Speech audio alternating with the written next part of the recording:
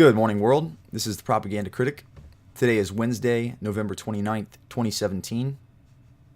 And today I'd like to talk to you guys about net neutrality. Before I get started, I'd like to remind you, please like, share, comment, subscribe, donate. I greatly appreciate it. So let's get started. Network neutrality, a term that was coined by Columbia Law professor Tim Wu, is the principle of free and open internet. On the surface, this sounds great, and I'm totally on board with the idea of a free and open internet. But dig it a little deeper and things are never as they seem. Professor Wu specializes in internet regulation, having drafted the first FCC net neutrality rules, and with his compatriots fills the ranks of collectivist free market naysayers and internet doomsday prognosticators, peddling the message that unless we allow coercive power of the state to dictate market forces, all is doomed. There are two major examples which come to mind, however, which contradict this sentiment.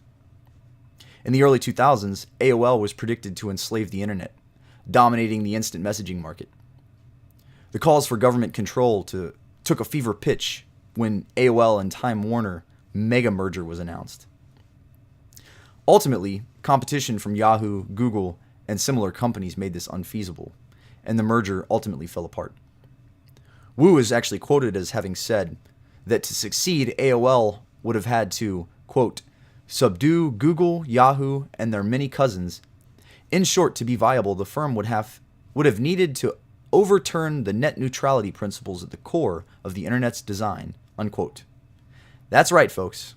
The net neutrality which existed without the FCC regulation of the internet.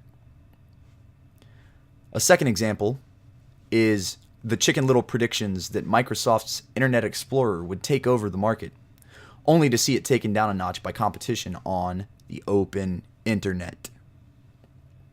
Time and time again, we see internet behemoths get too big for their britches and fall to small, hungrier innovators with little to lose and everything to gain. Why aren't we talking about the state of competition in the market and how to fix it?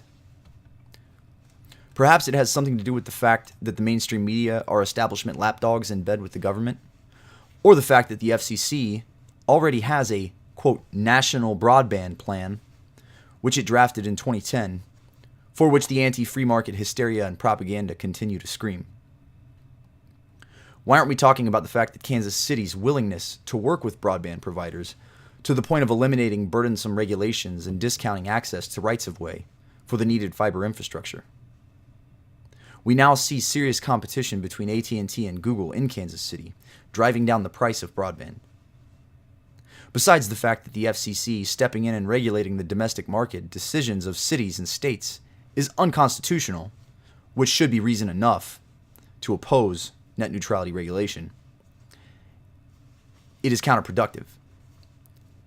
Why not allow Kansas City to be an example? The people will see what works in the market and will find the most efficient system, the path of least resistance. But if companies are precluded from innovating and being allowed to fail miserably in the free market, we will be stuck in a highly dysfunctional system with ever-dwindling freedom. The pace of change in the tech world outstrips any ability to regulate. And what's great about the free market is that Google, Time Warner, and at&t don't have the power to force compliance at the end of a gun. However, the government does. Don't be fooled by pretty words. Remember the unpatriotic Patriot Act? Net neutrality is no different. But then again, nothing says net neutrality like government coercion. Thank you for your time.